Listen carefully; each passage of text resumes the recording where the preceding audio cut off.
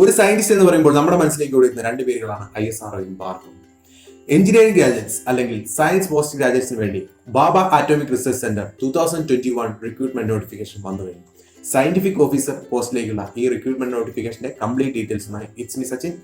Welcome to Entri technical YouTube channel.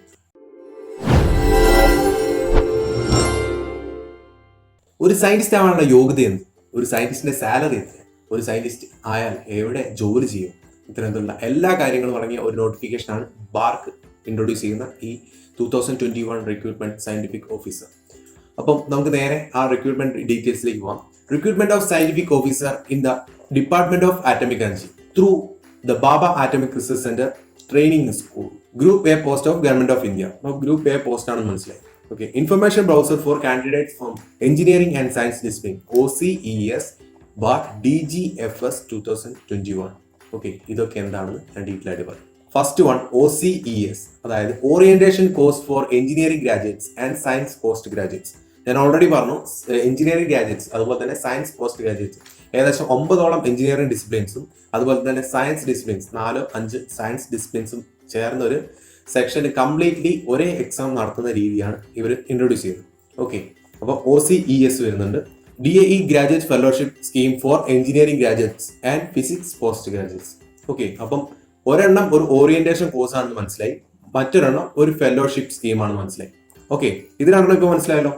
Successful completion of the training scheme of guaranteed employment as A scientific officer in the one of DAE unit or atomic energy regulation board with the attractive career progression opportunity in the highest echelons. Okay, അപ്പം ഇത് പറയുന്ന കാര്യം, ഇത് ഒരു training പ്രോഗ്രാമാണ്. 1 year orientation course of engineering graduates and science post graduates for the academic year of 2020 and 22. അതായത് 21 join ചെയ്ത് കഴിഞ്ഞാൽ 22 വരെ 1 year കോഴ്സാണ് ചെയ്യുന്നത്.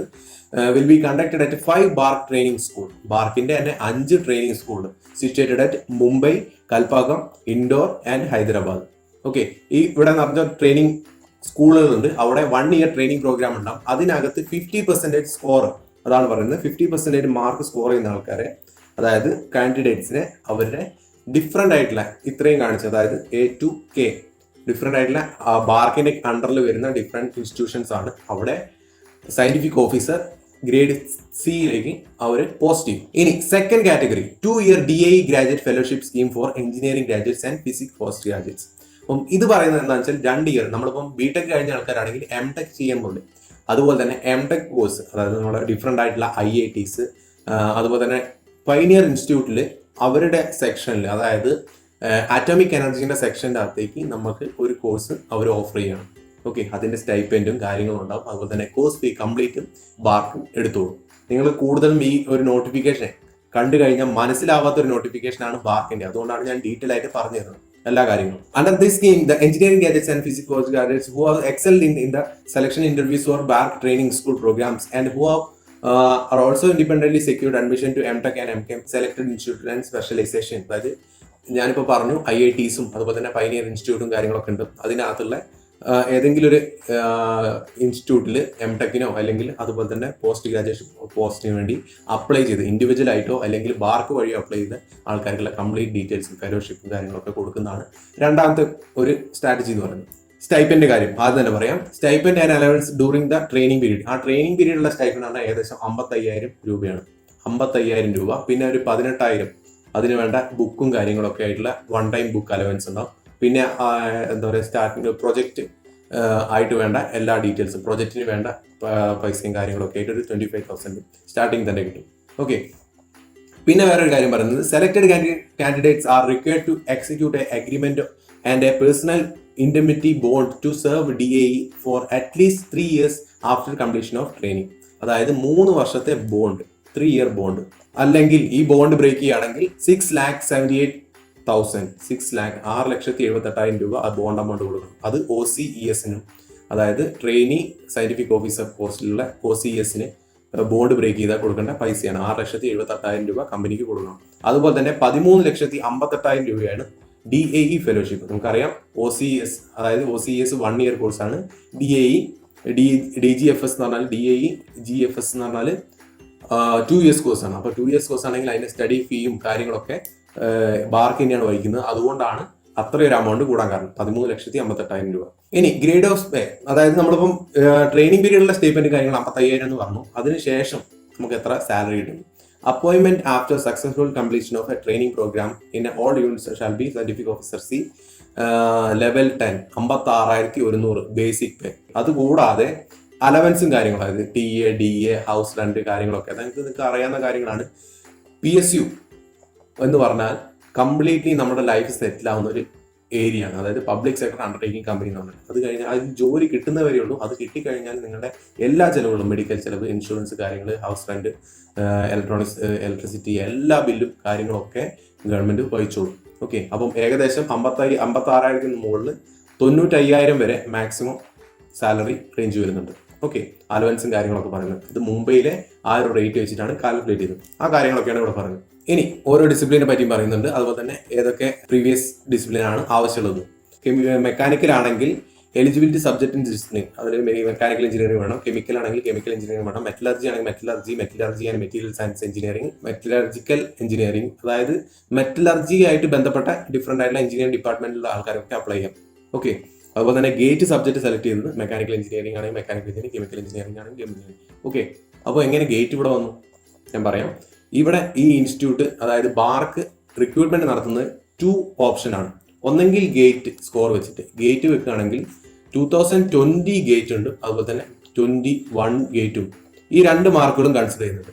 ഓക്കെ, അത് കൂടാതെ ഇവർ സെപ്പറേറ്റ് എക്സാം വെക്കുന്നുണ്ട്. അപ്പൊ നിങ്ങൾക്ക് ഒരു ഐഡിയ ഉണ്ടാവില്ല. കാരണം ഗേറ്റ് എക്സാം എഴുതിയ ആൾക്കാർ സെപ്പറേറ്റ് എക്സാം എഴുതണോ, അല്ലെങ്കിൽ എക്സാം എഴുതാത്ത ആൾക്കാരാണോ എഴുതേണ്ടത്? ഇനിയിപ്പോൾ 2 എഴുതി കഴിഞ്ഞാൽ എന്തെങ്കിലും പ്രശ്നമുണ്ടോ, അങ്ങനത്തെ കാര്യങ്ങളൊക്കെ ഞാൻ പറയാം. എന്തൊക്കെയാണ് ഡീറ്റെയിൽസ് നമ്മൾ ജസ്റ്റ് ഫോളോ ചെയ്യും. ഓക്കെ, അടുത്തൊരു സെക്ഷൻ അത് തന്നെ പറയുന്നുണ്ട്. അപ്പം ഇലക്ട്രിക്കൽ ആണെങ്കിൽ ഇലക്ട്രിക്കൽ, ഇലക്ട്രോണിക്സ്, അങ്ങനത്തെ കാര്യം, ഇലക്ട്രോണിക്സ്, ഒരുപാട് ഡിപ്പാർട്ട്മെന്റ് കാര്യങ്ങളൊക്കെ ഉണ്ട്. നിങ്ങളൊന്ന് ശ്രദ്ധിച്ചു നോക്കും. കാരണം ഒരുപാട് വായിച്ചു പോയി കഴിഞ്ഞാൽ വീഡിയോ ലെങ്ത് കൂടും, നിങ്ങൾക്ക് തന്നെ ബോറടിക്കും. ഓക്കെ, അതുപോലെ തന്നെ instrumentation, civil, nuclear engineering, fast reactor technology E, അതായത് fast reactor technology M, fast reactor technology E ഉണ്ട്. എമ്മിനാണെങ്കിൽ മെക്കാനിക്കൽ എഞ്ചിനീയറിംഗ് അല്ലെങ്കിൽ കെമിക്കൽ എഞ്ചിനീയറിംഗ് വേണം. ആണെങ്കിൽ ഇലക്ട്രിക്കൽ എഞ്ചിനീയറിംഗ്. അതുപോലെ തന്നെ ക്വാളിറ്റി അഷുറൻസ്, ക്വാളിറ്റി കൺട്രോൾ. പിന്നെ MSc കോഴ്സിലേക്ക് അപ്ലൈ ചെയ്യേണ്ട കാര്യങ്ങൾ, അതായത് നമ്മൾ പറഞ്ഞു പോസ്റ്റ് ഗ്രാജുവേറ്റ്സിനെ പറ്റി പറഞ്ഞു. Physics, chemistry, bio science, radiology and safety, environment science, geology. Okay, ഇത്രയും പോസ്റ്റ് ഗ്രാജുവേറ്റ്സ്, അതായത് MSc എടുത്തു കഴിഞ്ഞ ആൾക്കാർക്കും അപ്ലൈ ചെയ്യാൻ പറ്റും. ഓക്കെ, അതിന്റെ ഡീറ്റെയിൽസും കാര്യങ്ങളും, എലിജിബിലിറ്റി ഡിഗ്രി ഒക്കെ ഇവിടെ പറയുന്നുണ്ട്. ഇനി എലിജിബിലിറ്റി ക്രൈറ്റീരിയ പറയുകയാണെങ്കിൽ എഞ്ചിനീയറിംഗ് ഡിസിപ്ലിനിലെ ആൾക്കാർക്ക് ഏകദേശം 60% മാർക്കാണ് പറയുന്നത്. 60% മാർക്ക് എഞ്ചിനീയറിംഗ് സ്ട്രീമിൻ്റെ അകത്ത്. അതിന് ഉൾപ്പെടാത്ത സ്ട്രീമുകൾ ഇവിടെ പറയുന്നുണ്ട്. അതായത് നമ്മൾ പറയുന്നത് those who are having qualification degree in branches like aerospace, automotive, aeronautical engineering, industrial production, reliability, ceramics, architecture, geology, mining, biotechnology, അങ്ങനത്തെ ഒരുപാട് ലിസ്റ്റ് ഇവിടെ തന്നിട്ടുണ്ട്. ആ ലിസ്റ്റൊക്കെ നിങ്ങൾ നോക്കുക. കാരണം നമ്മുടെ ബേസിക് ആയിട്ടുള്ള കാര്യങ്ങളൊക്കെ ഇതിനകത്ത്, അതായത് mechanical engineering, civil engineering, electrical engineering, electronic engineering ഒക്കെ ഇതിനകത്ത് ഇൻക്ലൂഡഡ് ആണ്. ഇനി ഫാസ്റ്റ് റിയാക്ടർ ടെക്നോളജി എമ്മിനകത്താണെങ്കിൽ ഞാൻ പറഞ്ഞ പോലെ തന്നെ മെക്കാനിക്കൽ ആൻഡ് കെമിക്കൽ എഞ്ചിനീയറിംഗ് വേണം. അതുപോലെ തന്നെ 60% മാർക്ക് അഗ്രഗേറ്റും കാര്യങ്ങളൊക്കെ വേണം. ഓക്കെ, ഇനിയിപ്പം ഫാസ്റ്റ് റിയാക്ടർ ടെക്നോളജി ഇ ആണെങ്കിൽ ഇലക്ട്രിക്കൽ ആൻഡ് ഇലക്ട്രോണിക്സ് കമ്മ്യൂണിക്കേഷൻ, ആ ഡിപ്പാർട്ട്മെന്റിലൊക്കെ എഞ്ചിനീയറിംഗ് ഡിഗ്രി ഉള്ള ആൾക്കാർക്കാണ് ഈ കാറ്റഗറി, അതായത് ഫാസ്റ്റ് റിയാക്ടർ FRT ഇ ടെക്നോളജിയിൽ വേണ്ടത്.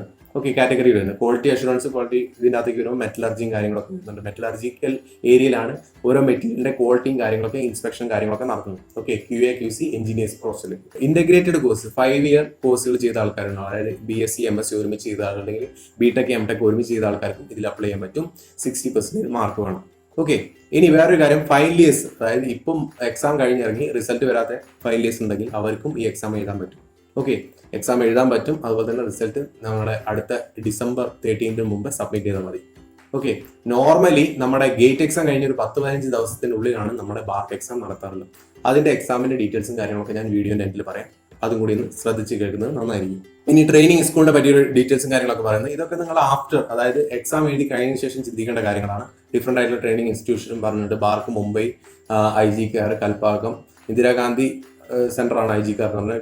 PR കാർഡ് ഇൻഡോർ, ഹൈദരാബാദ് ഉണ്ട്, ഹൈദരാബാദിൽ AMD ഉണ്ട്. അതുപോലെ തന്നെ ഡിഫറെന്റ് ആയിട്ട് അവിടെ ഉള്ള ഡിഗ്രി ഡിസിപ്ലിൻസും കാര്യങ്ങളൊക്കെയാണ് പറയുന്നത്. ഓക്കെ, അതുപോലെ തന്നെ ട്രെയിനിങ് സ്കൂളിന്റെ ഓരോ കാര്യങ്ങളാണ് പറഞ്ഞത്. അതുപോലെ തന്നെ DGFS അഡ്മിഷൻ ഒക്കെ എടുക്കുന്ന ഡിഫറെന്റ് ആയിട്ടുള്ള ഇൻസ്റ്റിറ്റ്യൂട്ടും കാര്യങ്ങളൊക്കെ. ഓക്കെ, അത് നിങ്ങളൊന്ന് ഡീറ്റെയിൽ ആയിട്ട് നോക്കാം. നോട്ടിഫിക്കേഷൻ കാര്യങ്ങളൊക്കെ താഴെ ഇടാം. പിന്നെ വരുന്നത് ഏജ് ലിമിറ്റും കാര്യങ്ങളാണ്. ഏജ് ലിമിറ്റ് പറയുന്നത് 26 ഇയേഴ്സ് ഓൾഡ്. 26 ഇയേഴ്സ്, അതായത് August 1 മുമ്പ് 26 വയസ്സായ ആൾക്കാർ, അതിന് എന്താ പറയുക, അതിൽ കൂടുതൽ ആൾക്കാർക്ക് അപ്ലൈ ചെയ്യാൻ പറ്റില്ല. OBC കാറ്റഗറി ആകുമ്പോൾ 3 ഇയർ വേറെ എന്താ പറയുക എക്സ്ട്രാ വന്നു. ഇനി SC/ST ആണെങ്കിൽ 31 ഇയേഴ്സ് 5 ഇയേഴ്സ് എക്സ്ട്രാ വന്നു. അതുപോലെ തന്നെ ജമ്മു കാശ്മീരിൽ ജീവിച്ച ആൾക്കാർക്കും എന്താ പറയുക ഫിസിക്കലി ഡിസേബിൾഡ് ആയ ആൾക്കാർക്കൊക്കെ കൺസെഷൻ കാര്യങ്ങളൊക്കെ ഉണ്ടാവും. നോർമലി ഒരു എല്ലാ PSCയിലുള്ള പോലെ തന്നെ ഇതിലും കൺസെഷൻ കാര്യങ്ങളൊക്കെ ഉണ്ട്. നാഷണാലിറ്റി ഇന്ത്യൻ സിറ്റിസൺ ആയിരിക്കണം. ഓക്കെ, അതുപോലെ തന്നെ മറ്റേതെങ്കിലും PSCയിൽ വർക്ക് ചെയ്യുകയാണെങ്കിൽ, പബ്ലിക് സെക്ടറിൽ അല്ലെങ്കിൽ ഗവൺമെന്റ് സെക്ടറിൽ വർക്ക് ചെയ്യുന്ന ആളുകളാണെങ്കിൽ അവിടെ നിന്ന് NOC വാങ്ങിക്കണം. Okay, non objection certificate. ഇനി അപ്ലിക്കേഷൻ ഫീ പറയുകയാണെങ്കിൽ 500 രൂപയാണ് അപ്ലിക്കേഷൻ ഫീ ആയി വരുന്നത്. അതുപോലെ തന്നെ 500 രൂപ വേണ്ടത് ജനറൽ കാറ്റഗറി, OBC കാറ്റഗറി ഒക്കെ വേണം. ബട്ട് ഫീമെയിൽ കാൻഡിഡേറ്റിന് ആവശ്യമില്ല. അതുപോലെ തന്നെ SC/ST കാൻഡിഡേറ്റ്സും ഡിസേബിൾഡ് ആയിട്ട് പേഴ്സണലി ഡിസേബിൾഡ് ആയുള്ള ആളുകൾക്കും ആവശ്യമില്ല. ഓക്കെ, ഇനി important dates to remember. Important dates എന്ന് പറയുമ്പോൾ 12 ജൂലൈ ആണ് ഈ നോട്ടിഫിക്കേഷൻ വന്നത്. ഇനി August 7 വരെയാണ് notification last date. August 9 payment നടത്തേണ്ടത്, ലാസ്റ്റ് സബ്മിഷൻ ഡേറ്റ്. പേയ്മെന്റ് ഒക്കെ നടത്തി സബ്മിഷൻ നടത്തേണ്ടത് ഡേറ്റ്. പിന്നെ ഓൺലൈൻ എക്സാമിനേഷൻ സ്ലോട്ട് ബുക്കിംഗ്, അതായത് ഏത് സ്ലോട്ടാണ് നമുക്ക് ആവശ്യമുള്ള കാര്യം നോക്കേണ്ടത് 20 to 25 25th ഓഗസ്റ്റിലാണ്. പിന്നെ ഓൺലൈൻ എക്സാം ഡേറ്റ് പറയുമ്പോൾ ഇതാണ് എക്സാം ഡേറ്റ് വരുന്നത് 5th September to 12th September. Okay, ഈ എക്സാം ഡേറ്റ് കഴിഞ്ഞാൽ, അതായത് നമ്മുടെ നോർമലി ഈ ബാർക്കിന്റെ എക്സാമും പിന്നെ ഗേറ്റ് 2020 ആൻഡ് 2021 എടുക്കുന്നുണ്ട്. ഓക്കെ, ഈ ബാർക്ക് എക്സാമിന്റെ റിസൾട്ടിനാണ് പ്രയോറിറ്റി കൂടുതലുണ്ടാവും. അതിനുശേഷം ഈ ഗേറ്റ് എക്സാം എഴുതിയ കുട്ടികളെയും കൂടി കൺസിഡർ ചെയ്യും. ഓക്കെ, അതെന്തുകൊണ്ടാണെന്ന് വെച്ചാൽ ഞാൻ പറഞ്ഞുതരാം. എക്സാം കുറച്ചുകൂടി ടഫാണ്, അതായത് നമ്മുടെ ഗേറ്റ് എക്സാമിനെക്കാളും കുറച്ചുകൂടി ടഫാണ്. ഓക്കെ, ഞാനത് ഡീറ്റെയിൽ ആയിട്ട് പറയാം. Display of list of candidate short listed ഇന്റർവ്യൂവിന് വിളിക്കുന്നത് 21 തീയതി ലിസ്റ്റ് ഇടും. അതിനുശേഷം 24 തീയതി മുതൽ 28 തീയതി വരെ അതിന്റെ അവൈലബിലിറ്റി, അതായത് എവിടെയൊക്കെയാണ് സ്ലോട്ടും കാര്യങ്ങളൊക്കെ, അതായത് ഏത് സെന്ററിൽ വേണം ഇന്റർവ്യൂ എന്നുള്ള കാര്യങ്ങളൊക്കെ സെലക്ട് ചെയ്യാം. അതുപോലെ തന്നെ പിന്നെ സെലക്ഷൻ ഓഫ് ഇന്റർവ്യൂ ഏകദേശം 4 ഒക്ടോബർ മുതൽ 29 ഒക്ടോബർ വരെ. അപ്പോൾ നിങ്ങൾ ഒരു കാര്യം മനസ്സിലാക്കണം, എത്രത്തോളം ഇമ്പോർട്ടൻ്റ് ആയിരിക്കും ഈ ഒരു ഇന്റർവ്യൂ എന്ന്. കാരണം അത്യാവശ്യം നല്ല ടൈം എടുത്തിട്ടാണ് ഇന്റർവ്യൂ ചെയ്യുന്നത്. Okay, one of the best interview in India.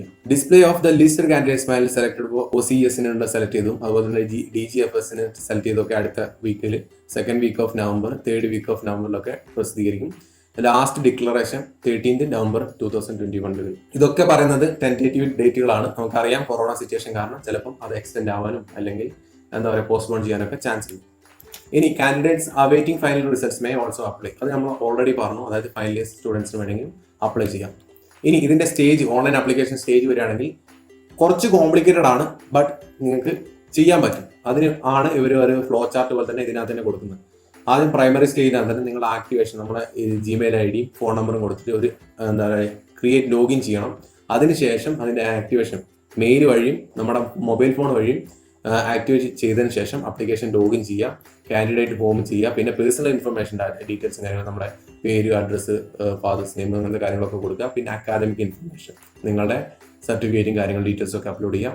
പിന്നെ സ്ക്രീനിങ് ഇൻഫർമേഷൻ എന്ന് പറഞ്ഞാൽ നിങ്ങളുടെ ഏത് ഡിപ്പാർട്ട്മെന്റ് ആണ്, അതുപോലെ തന്നെ മാർക്ക് ക്രൈറ്റീരിയ ഒക്കെ ബാലൻസ്ഡ് ആണോ, അങ്ങനത്തെ കാര്യങ്ങളൊക്കെ. പിന്നെ അവസാനം പേയ്മെന്റ് സ്റ്റേജ്, ഫൈനൽ സബ്മിഷൻ, പിന്നെ കംപ്ലീഷൻ. ഓക്കെ, ഇതാണ് അതിന്റെ പ്രൊസീജിയർ. ഇനി നിങ്ങളോട് പറയാനുള്ള എക്സാമിനെ പറ്റി ചെറിയൊരു അഡ്വൈസ്. അതായത് നിങ്ങൾക്കറിയാം ഗേറ്റ് എക്സാം അതുപോലെ തന്നെ ബാർക്ക് എക്സാം, ഇത് തമ്മിലുള്ള ഡിഫറൻസ് എന്താണ് അത് നിങ്ങളൊന്ന് ആദ്യം അറിയണം. GATE exam, BARC exam. ഈ ഗേറ്റ് എക്സാമിൻ്റെ അകത്ത് വരുമ്പോൾ 65 questions 100 marks 3 hours. ഇവിടെ 100 questions 300 marks 2 hours. ഇനി നിങ്ങൾ മനസ്സിലാക്കേണ്ട ഒരു കാര്യം, ഇതിന്റെ ഏകദേശം സ്റ്റാൻഡേർഡ് ഒക്കെ സെയിം ആണ് ക്വസ്റ്റ്യന്റെ. അപ്പം 65 question 3 മണിക്കൂർ എഴുതുന്ന ഒരു കുട്ടി 100 question അതുപോലെ തന്നെയുള്ള ഒരു 100 question 2 മണിക്കൂർ കൊണ്ട് എഴുതുന്ന ഒരു സിറ്റുവേഷനിലേക്ക് എത്തുകയാണ് ബാർക്കിന്. അപ്പം അത്രയും കോമ്പറ്റീഷൻ ലെവൽ കൂടുതലാണ്, അത്രയും സ്റ്റാൻഡേർഡ് കൂടുതലാണ് എക്സാമിന്.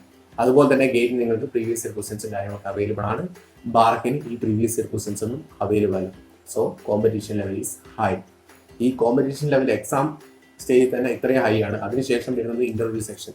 ഇന്റർവ്യൂ സെക്ഷൻ ഞാൻ പറഞ്ഞു, one of the most important interview അല്ലെങ്കിൽ most toughest interview in the Indian public sector department. Okay, ബാർക്കിന്റെ ഇന്റർവ്യൂ അതുപോലെ തന്നെ ISRO ഇന്റർവ്യൂ ഒക്കെ അത്യാവശ്യം ഇമ്പോർട്ടൻ്റ് ആണ്. ISROന്റെ എക്സാം ഇത്രയും ടഫ് ഇല്ലെങ്കിലും ഇന്റർവ്യൂ അത്യാവശ്യം നല്ല ടഫുള്ളാണ്. നിങ്ങൾക്കറിയാം സയന്റിഫിക് ഓഫീസർ പോസ്റ്റിലേക്കാണ് ജോബ്, അപ്പം അത്രയ്ക്കും ഇമ്പോർട്ടൻസ് ഉണ്ട് അത്. അപ്പോൾ വീഡിയോ ഇഷ്ടപ്പെടുമെങ്കിൽ ലൈക്ക് ചെയ്യുക, ഷെയർ ചെയ്യുക, സബ്സ്ക്രൈബ് ചെയ്യുക. Thank you.